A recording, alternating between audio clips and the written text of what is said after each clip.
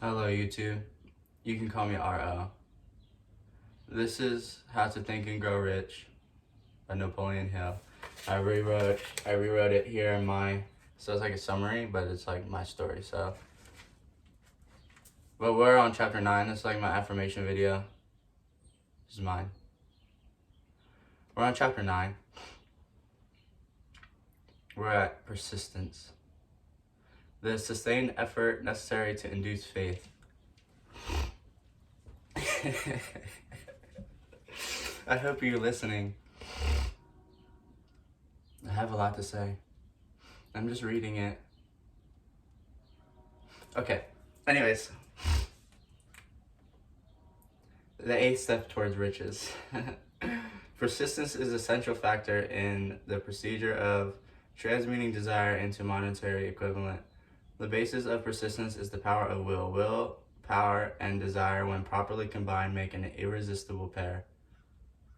Men who accumulate great fortunes are generally known as cold-blooded and sometimes ruthless. Often they are misunderstood. What they have is willpower, which they mix with persistence and place back of their desires to ensure the attainment of their objectives. Henry Ford has been generally misunderstood to be ruthless and cold-blooded. This misconception grew out of Ford's habit of following through in all his plans with persistence. The majority of people are ready to throw their aims or purposes overboard and give up the first sign of opposition. A few carry on, and despite all the opposition until they attain their goal. These are the Fords, the Carnegies, the Rockefellers, and the Edisons. There may be no heroic word to say that the word here is persistence, but the quality is to the character of the man, which carbon is to steel. The building of the fortune generally involves the application of the entire 13 factors of this philosophy. The principles must be understood. They must be applied with persistence by all who accumulate money. Be one of those of the two who are over 100 who already have a definite goal at which you are aiming, and a definite plan for its attainment. The instructions are your daily routine, complying with the instructions as ordered. The author is checking you up at this point because persistence is one of the major causes of success. All will be conquered by entirely the intensity of one's desire. The starting point which all achievement is desire. Keeping this constantly in mind, strong desires build strong results, just as a big amount of fire makes a big heat.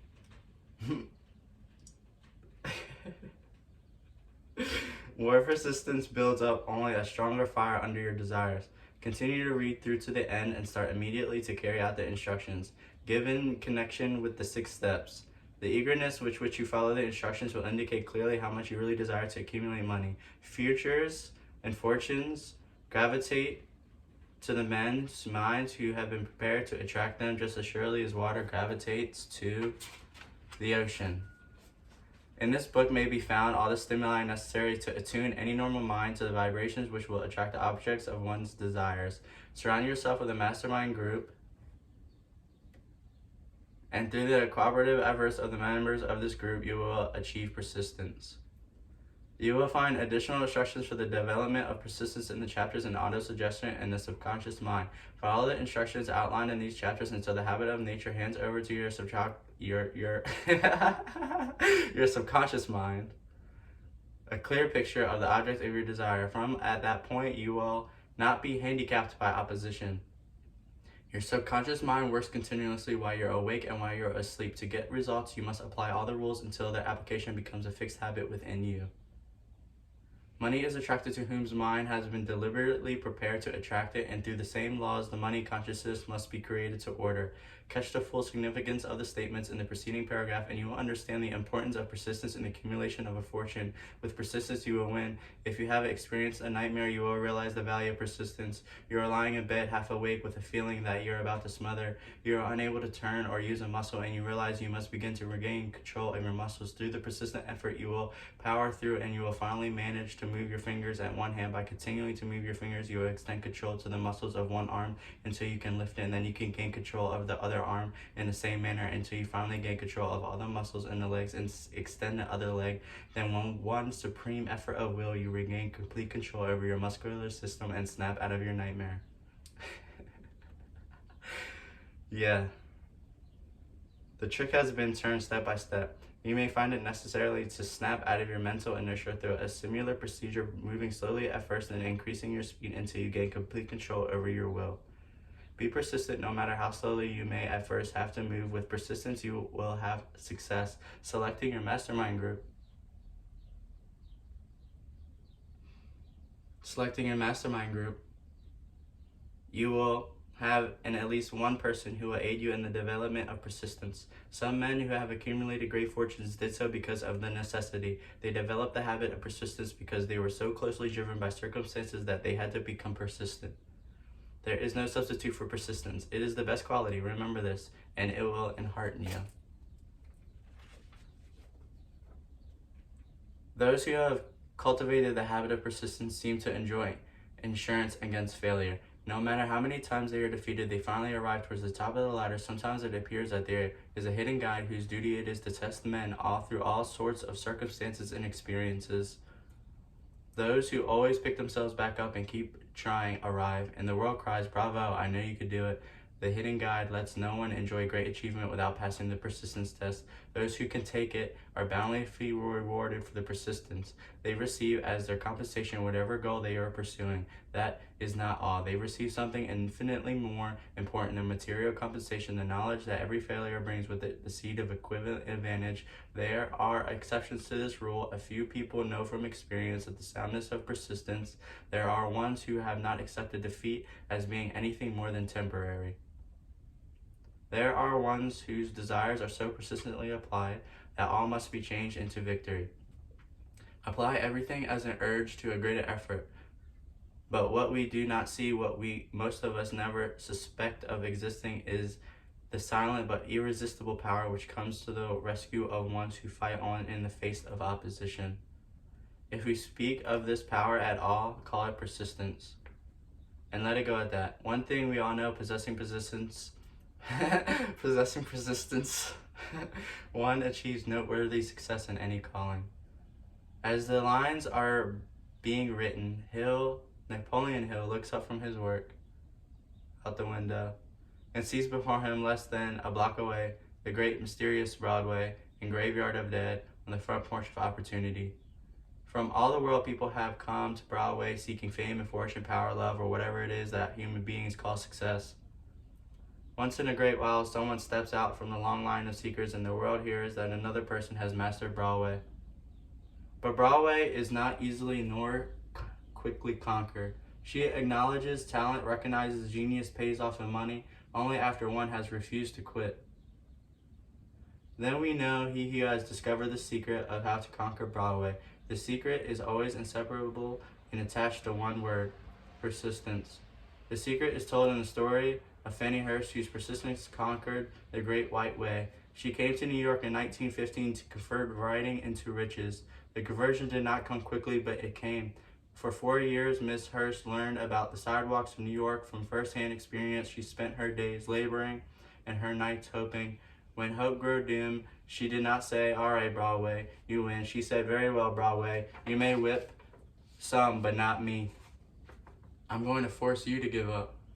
One publisher on the Saturday Evening Post sent her 36 rejection slips before she broke the ice and got a story across. The average writer, like the average on the other walks of life, would have given up the job when the first rejection slip came.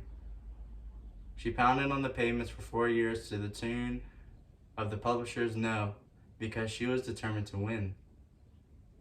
Then came the payoff. The spell had been broken. The unseen guide had tested Fannie Hurst, and she could take it. From that time on, publishers made a beaten path to her door. Money came so fast, so hardly, she had the time to count it. Then the moving picture men discovered her, and the money came in not in small change, but in floods. The moving picture rights to her latest novel, Great Laughter, brought $100,000, said to the highest price ever paid for a story before publication. Her royalties from the sale of the book will run much more. Briefly, you have a description of what persistence is capable of achieving.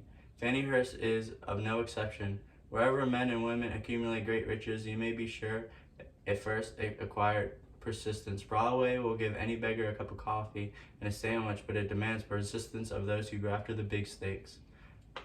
Kate Smith will say amen when she reads this. For years, she sang without money and without a price.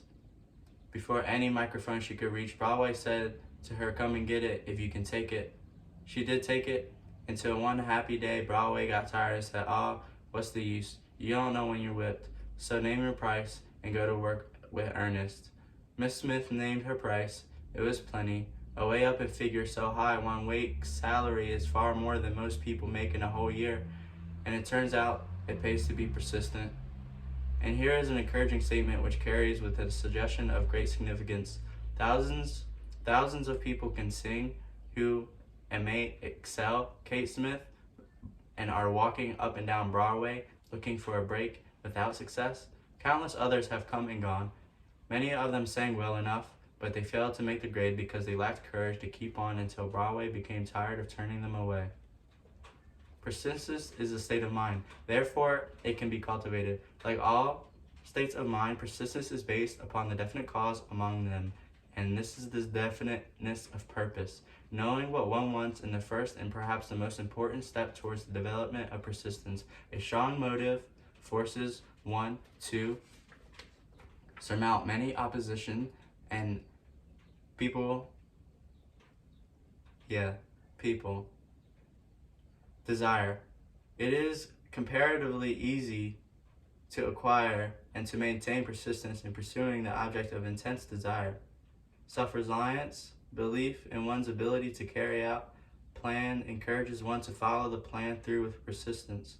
Self-reliance can be developed through the principle described in the chapter on autosuggestion. Definiteness of plans, organized plans encourage persistence. Accurate knowledge, knowing that one's plans are sound based on experience and observation, encourage persistence. In the knowing, cooperation, sympathy, understanding, and harmonious cooperation with others tend to develop persistence. Willpower, the habit of concentrating one's thoughts upon the building of plans for the attainment of definite purpose, leads to persistence. Habit, persistence is the direct result of habit. Mind absorbs and becomes a part of the daily experiences which upon it feeds. Life by forced repetition of acts of courage. Everyone who has seen active service in war knows this. Before leaving the subject of persistence, take inventory of yourself and stay persistent as a way of life. Measuring yourself courageously point by point, you will see how persistent you are. The analysts may lead to discoveries that will give you a new grip of yourself. Symptoms of persistence. Here you will find real friends which stand with you and with noteworthy achievement. Here you will find not only the symptoms indicating strength of persistence, but also deeply seated subconscious causes of this strength. Study this list carefully and face yourself squarely, and if you really wish to know who you are and what you're capable of doing, these are the strengths which must be mastered by all who accumulate riches.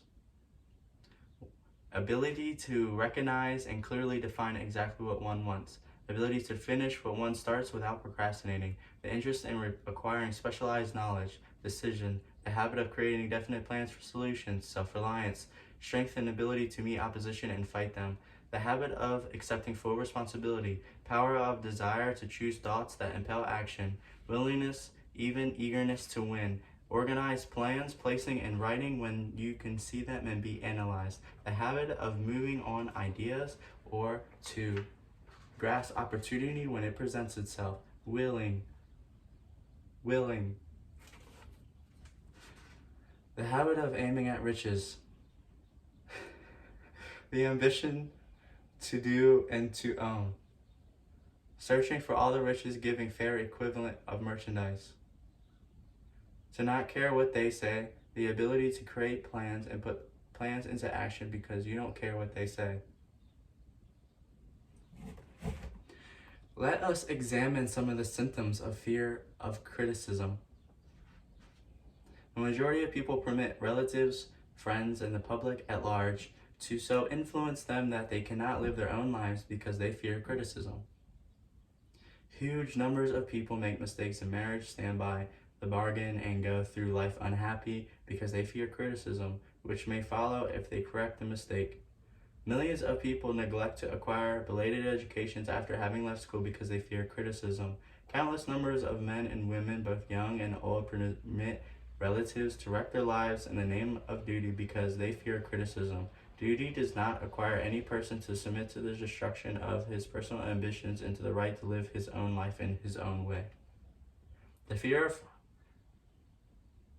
of criticism in such cases is stronger than the desire for success. Too many people refuse to set high goals for themselves or even neglect selecting a career because they fear criticism of relatives and friends who may say, "Don't aim so high, people will think you're crazy."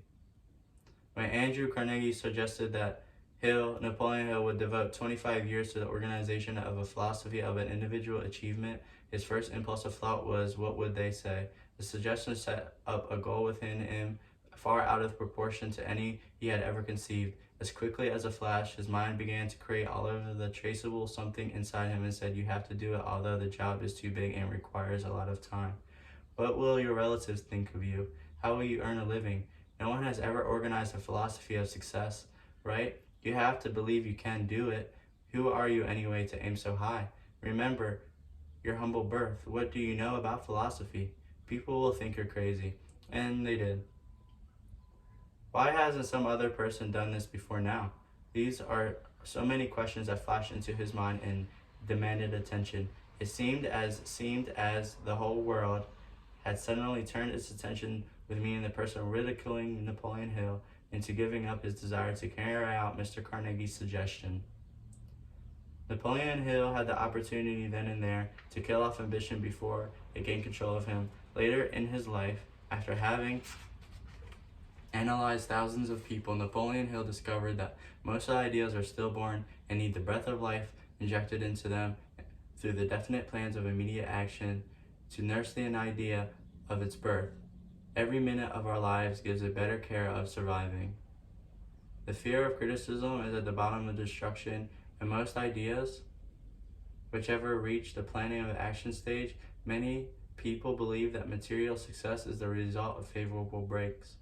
There is an element of ground for the belief, but those depending entirely upon that are nearly always disappointed because they overlook an important factor which must be present before the assurance of success. It is the knowledge with which favorable breaks can be made to order. During the Depression, W.C. Fields, the comedian, lost all his money and found himself without income, without a job, and his means of earning a living and their job no longer existed. Moreover, he was past 60 when many men considered themselves old. He was so eager to stage a comeback that he offered to work without pay in a new field, movies. In addition to his other troubles, he felt injured his neck. Too many people that would have been at the place to give up and quit, but Fields was persistent. He knew that if he carried on, he would get the breaks sooner or later, and he did get them, but it did not come by chance. Mary Dresser found herself down and out without her money, with no job, when she was about to hit 60. She too went after the breaks and got them. Her persistence brought an astounding triumph late in her life. Long behold the age when most men and women are done with ambition to achieve.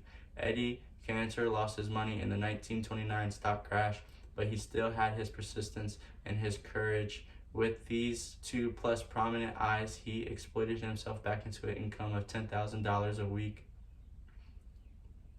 If one has persistence, one can get along very well with many other qualities. The only break anyone can afford to rely upon is a self-made break. These come through the application of persistence, the starting point to definiteness of purpose. Examine the first 100 people you meet, ask them what they must be in life, and 98% of them will not be able to tell you. If you press them for an answer, some will say security, many will say money, a few will say happiness, others will say fame and power, and still others will say social recognition, ease in living, ability to sing and dance or write, but none of them will be able to define these terms or give the slightest indication of a plan by which they are able to attain vaguely expressed wishes. Riches do not respond to wishes, they respond only to definite plans backed by definite desires through constant persistence. Here's how to develop persistence. This is how you develop persistence. Alright, ready? So I'm just laughing. There are 4 simple steps which lead to the habit of persistence. They call for no great amount of intelligence, no particular amount of education, and but little time or effort. The necessary steps are a definite purpose backed by burning desire for its fulfillment, a definite plan expressed in continuous action, a mind closed tightly against all adverse influences, including those of relatives, friends, and acquaintances, a friendly alliance with one or more persons who will encourage one to follow through with both plans and a purpose. These are the 4 steps essential for success in all walks of life. The entire purpose of the 13 principles of this philosophy is to enable you to take these 4 steps as a matter of habit. These are the steps by which one controls one's economic destiny. There are 4 steps that lead to freedom of independence of thought. They are the steps that lead to riches in a small or great quantities. They lead to the way of power and fame and worldly recognition. They are the 4 steps which guarantee favorable breaks. They are the steps that convert dreams into physical realities. They lead also to the mastery of opposition. There is a magnificent reward for all who learn to take these 4 steps. It's the privilege of writing one's own ticket and making life yield whatever price is asked. I have no way of knowing the facts, but I venture to conjecture that Mr. Wallace Simpson's great love for a man was not accidental.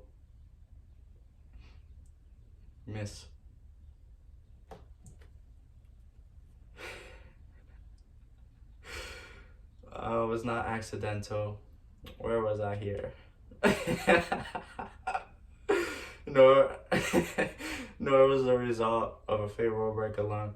There was a burning desire and careful searching at every step of the way. Her first duty was to love what is the greatest thing on earth. The master called it love, not man-made rules or political marriages, but love. She knew what she wanted, not after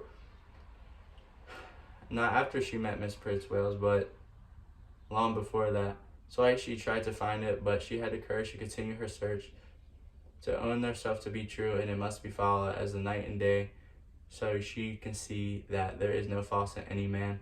Her rise from the obscurity was slow, progressive, and persistent order, but she was sure.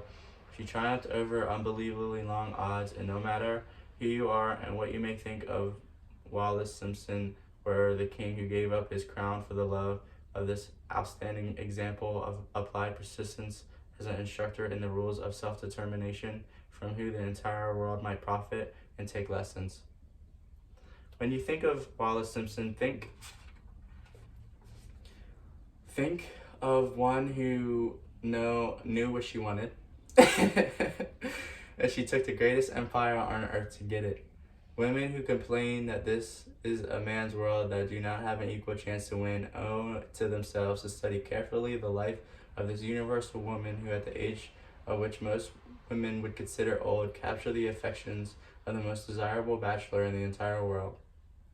And what of King Edward? What lesson may we learn from his point in the greatest part of the times? This is the greatest part of the times, man. Did you pay a high price for the affections of the woman of his choice? Surely no one but him can give him the correct answer. But the result of us can only conjecture. This much we know. The king came into the world without his own consent. He was born to great wishes without requesting them. He was persistently sought after in marriage. Politicians and statesmen throughout Europe tossed princesses at his feet. Because he was the firstborn of his parents, he inherited a crown which he did not seek and perhaps did not desire. For more than 40 years, he was not free agent, could not live his own life, had but little privacy, and finally assumed duties inflicted upon him when he ascended the throne. Some will say, with all of these blessings, King Edward should have found peace of mind, contentment, and joy of living. That is the back of all the privileges of a crown, all of the money, fame, and power inherited by King Edward. There was, and which could be filled by love only. His greatest desire was for love. Long before he met Wallace Simpson, he felt this great universal emotion tugging at the strings of his heart, beating upon the door of his soul and crying out for expression. King Edward's decision to give up the crown of the world's most powerful empire for the privilege of going his way through life with a woman of his choice was a decision that required courage. This decision also had a price. Out of that which he has to say, was the price too great? Surely no one who would know, but among you is without a sin, and let him cast the first stone. Add a suggestion to any closed-minded person who chooses to find fault without the Duke of Windsor because his desire for love and for openly declaring his love for Wallis Simpson and giving up his throne for her. Let it be remembered that open decisions was not essential. He had followed the customs of society which prevailed in Europe for centuries without giving up either the throne of the woman of his choice, and there would have been no complaint. But this unusual man was built of a sterner stuff. His love was clean, it was deep, and it was sincere. It represented the one thing that above all else he truly desired. Therefore, he took what he wanted and paid the price demanded. If Europe had been blessed with more rules, with a human heart, and the traits of honest of ex-King Edward for the past century, that unfortunate hemisphere that was seeing the hate and the threats of war would have different and better story to tell. A story in which love and hate would rule. Which love and not hate. Which love and not hate. Which love and not hate would rule. A story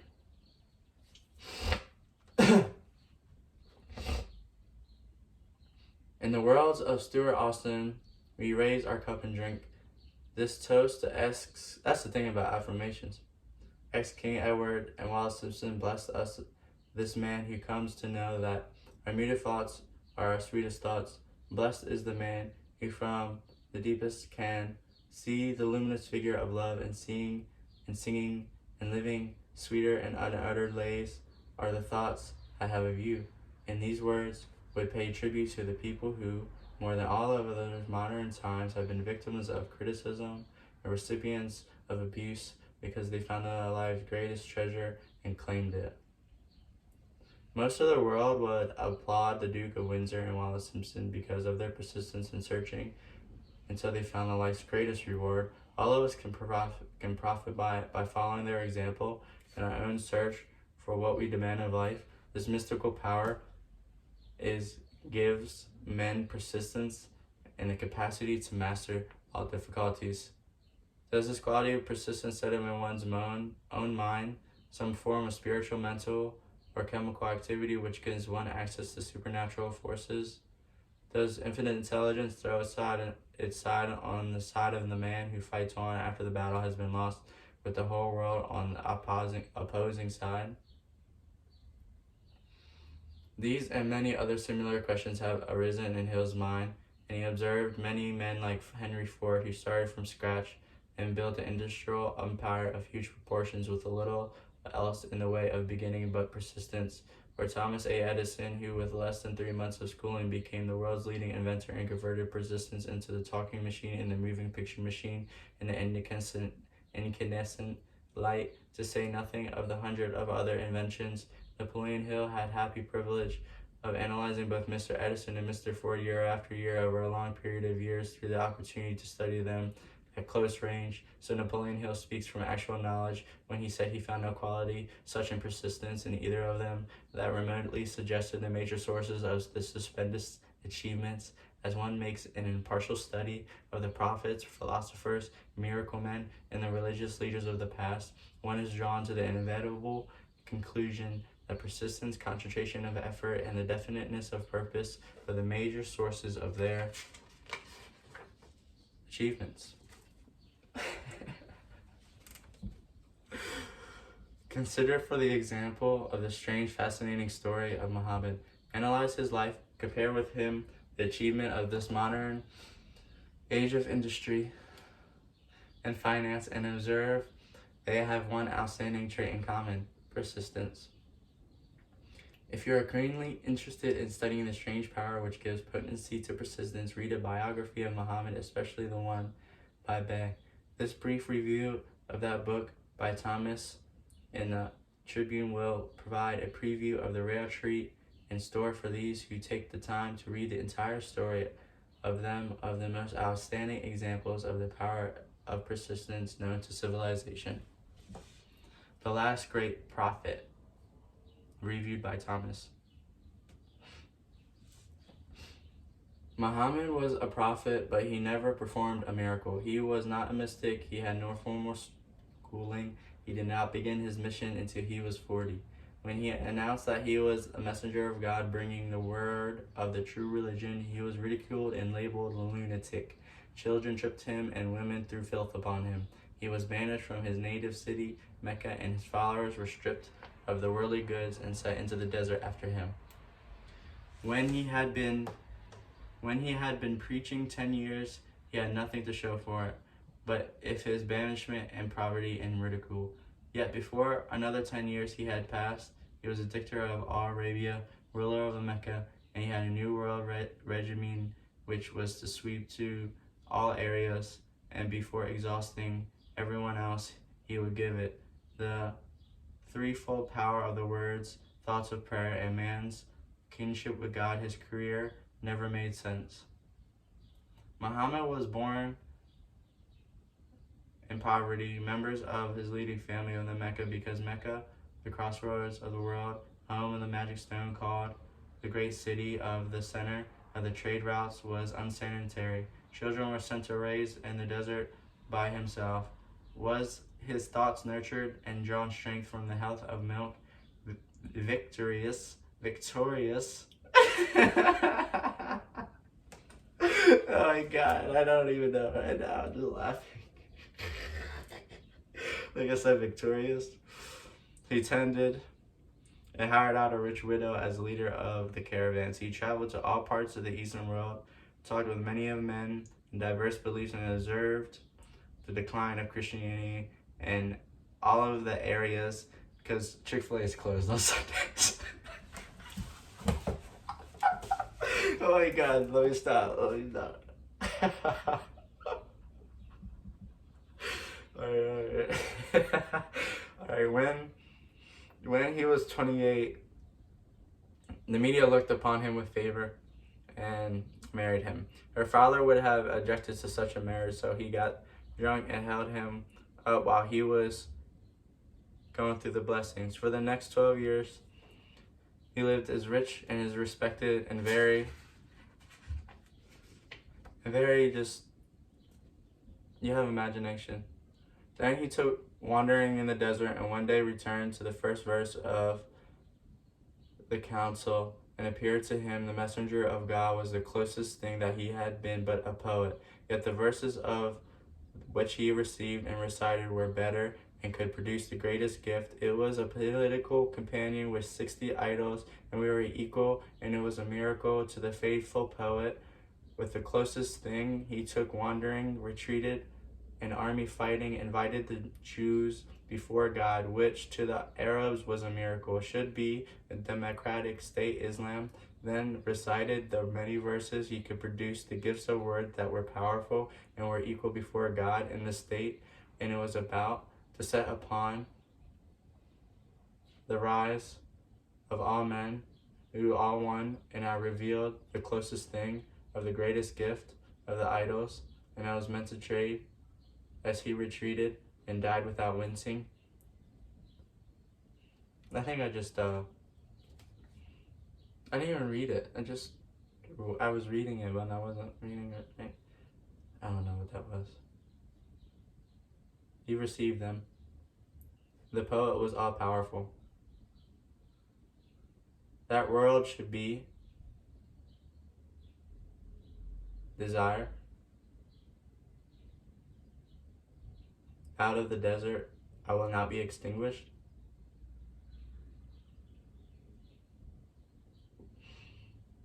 For he was not building. All men who believed in one God to join in a single faith. If the Jews and Christians had accepted this invitation, Islam would have the courage to conquer the world. They didn't. They would not even accept Muhammad's invitation of humane warfare. When the armies of the Prophet entered, not a single person was killed because of his faith. When the Crusaders entered the city centuries later, not a man or child was spared, but the Christians did accept one idea. The place of learning is in the university.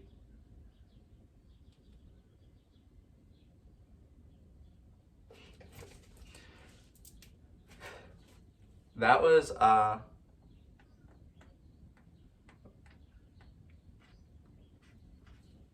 chapter 9, Persistence, How to Think and Grow Rich by Napoleon Hill.